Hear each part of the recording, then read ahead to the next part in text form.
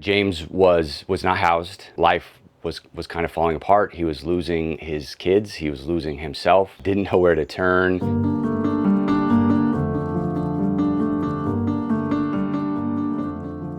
James has two sons, James Jr. and Leo, and connected with our outreach program and was working on getting housed and was invited into our Pathway of Hope program. Your life is falling apart. You have these two kiddos who are looking at you for help. Are you ready for a life change? And James was all in, began to identify, hey, these are the barriers that I keep coming up against over and over. These are the barriers that are keeping me from getting housed, from getting long-term employment, from having a life plan and see it through. And over time, he began to address these barriers.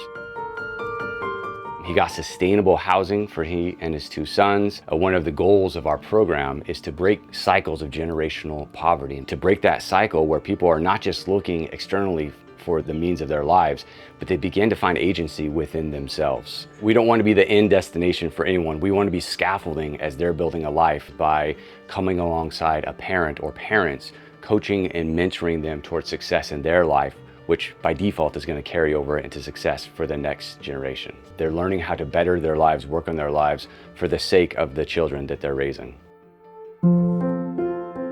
He actually started his own business and is doing very well in his own business, a roadside assistance business in 3 counties, and the business is more than he can handle. I can do this for myself. I can do this for my kids. And you can almost just see it in their countenance.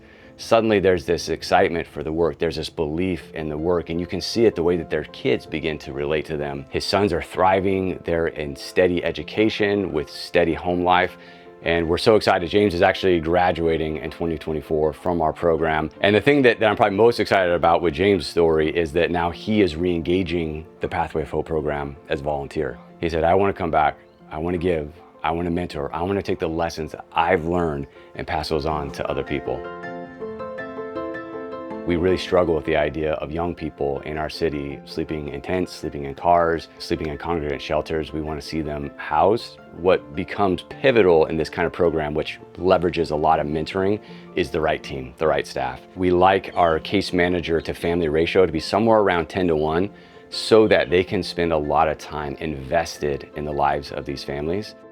So with awarded grants from this organization, Hope for the Homeless, is staff funding with a long-term goal of seeing this actually expand, which would require us to bring on more case managers.